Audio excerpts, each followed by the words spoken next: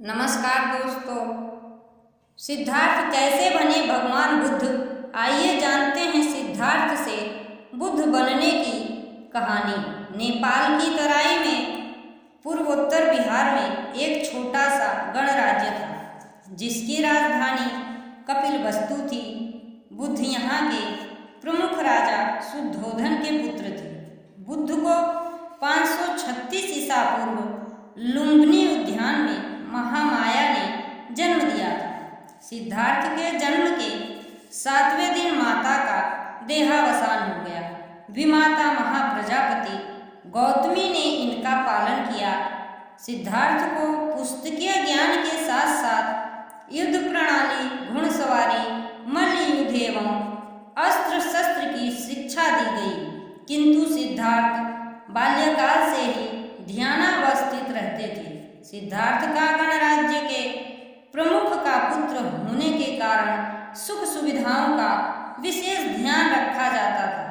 16 वर्ष की अवस्था में सिद्धार्थ का विवाह यशोधरा के साथ संपन्न हुआ।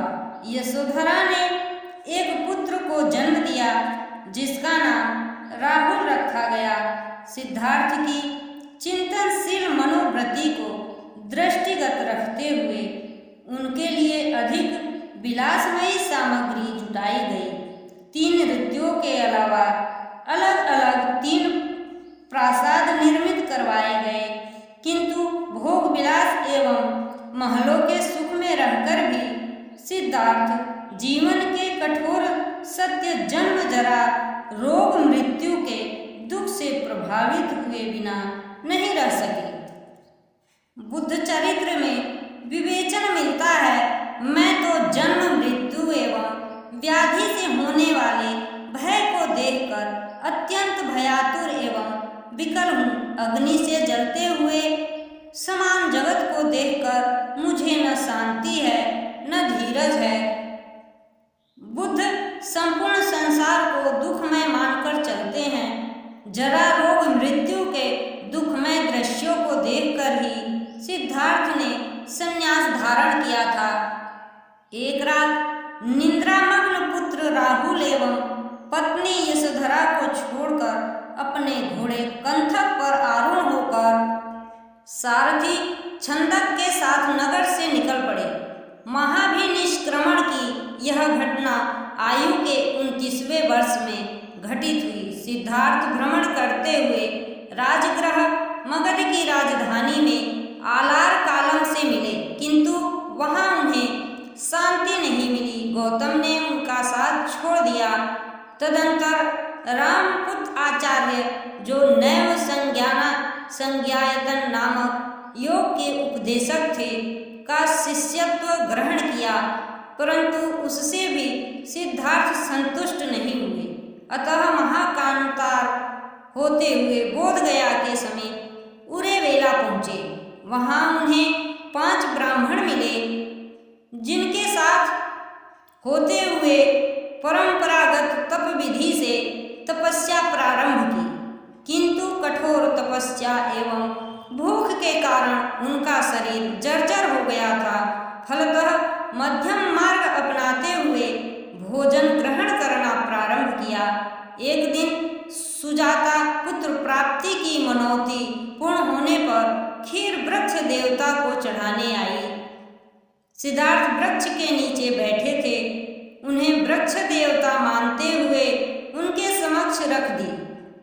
सिद्धार्थ ने खीर ग्रहण की तथा उस वृक्ष पीपल के नीचे इस निश्चय के साथ समाधि लगाई कि जब तक ज्ञान प्राप्त नहीं होगा उठेंगे नहीं।